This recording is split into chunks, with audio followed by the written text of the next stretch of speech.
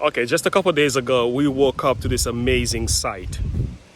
Yep, what you're looking at is a tree trunk totally ripped from his root down in our backyard just a couple days ago. We were shocked. Now, here is my daughter explaining kind of what happened here. And then all you heard was boom, bow, bow, bow, bow, and then. So this happened just a few hours after I left home for work, and thank God there was no one in the parking lot nor in the house. And the good news is this tree happens to be the one farthest from the house. No damage to the house, even though the fan is completely destroyed. Now, it's crazy, a bit of discouraging, and also I would say somewhat of a bittersweet type of thing here, because I did some amazing work in the backyard, feeling really proud of myself, cleaned up many bags of dead leaves and so on. And then the following day, boom, I was like, what in the world is going on here? But here is now baby Jay taking his mommy's hands to show her what happened. Case at all. Yeah, Mommy didn't assess the damage yet, so take her hand to the front, to the back, and let her see what happened in the yard. Look. Fine, there's no branches in front of you. Keep your eyes closed. She's gonna find out for the first time what happened. We thought it was just a few branches yesterday. Now we are actually looking at the tree.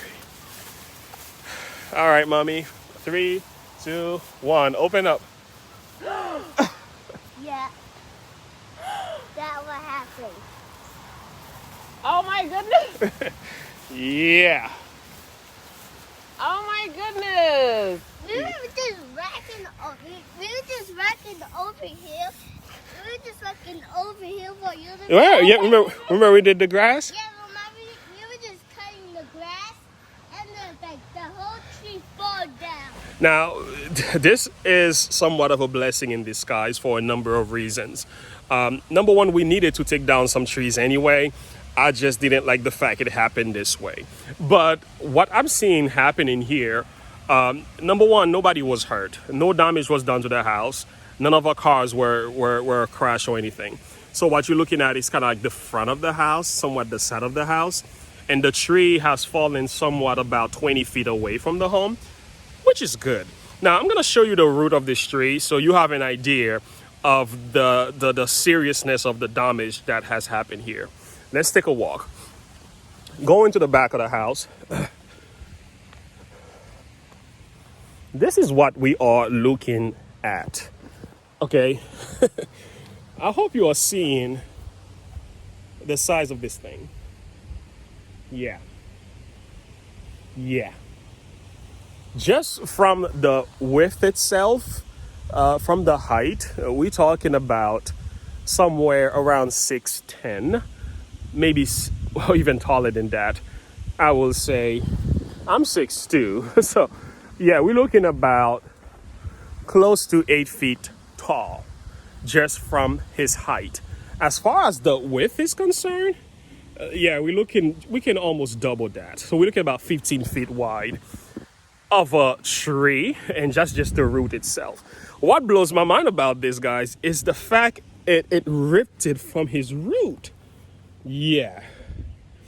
And this tree went and fell on top of another tree, which also protected somewhat the kids' play zone we have here. We have a swing for the children and also stuff like that. So there's a lot of mercy in this. However, we're gonna have to figure out a way to get it cleaned up, and that's kind of the discussion we are wrestling with. So this is the front, and what you're looking at the top is part of the tree hanging on top of another tree. Yeah, this is gonna be fun to clean up. Absolutely.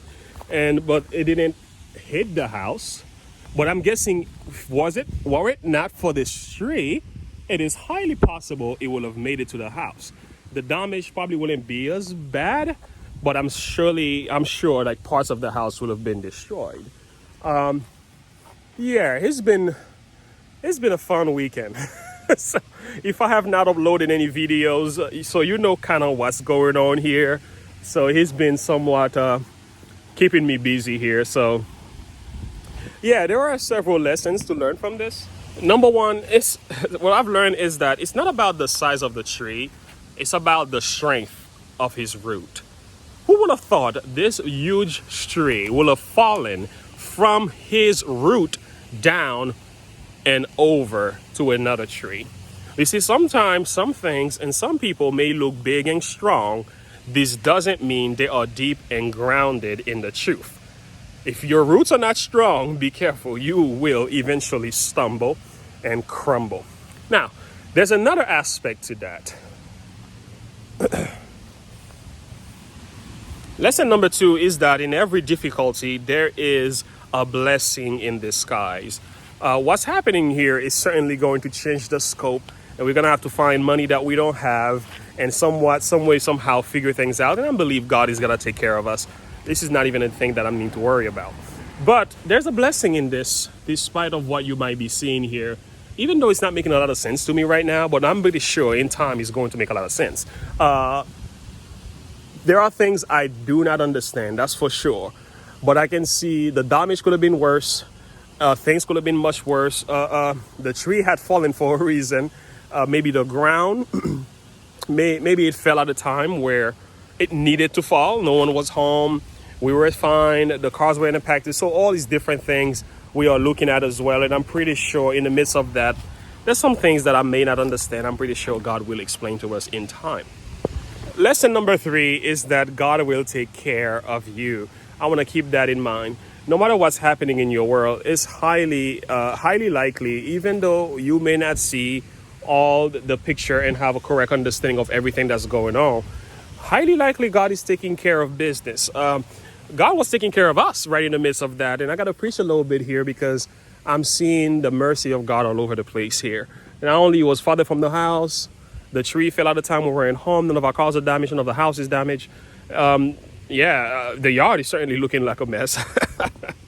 I wish that wasn't true, but it is. But the amazing thing is we have some people who are already willing to help with that and assist us. So we have some friends from church who have businesses where they can come and give us a hand. Of course, it's not going to be free, but I'm pretty sure eventually things will get cleaned up. And I want to say, last but not least, no matter how messy things are, keep in mind, if you put your faith in him, he will teach you how to clean things up.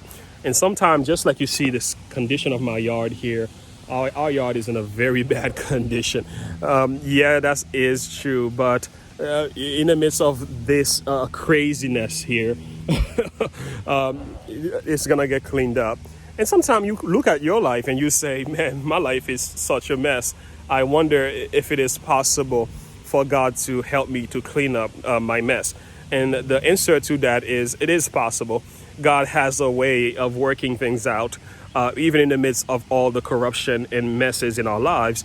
And there are some messes in every single one of our lives. And the fact of the matter is, if you put your confidence in him and trust in him and follow his calling and his leading, he will clean up some mess. And I think some of this mess here need to be cleaned up. And I need to stop preaching and get to work. Thank you so much for checking this one out, and keep us in your prayer as we go through this mess. And it's exciting time, and also, crazy time at the same time. Let's just put it that way.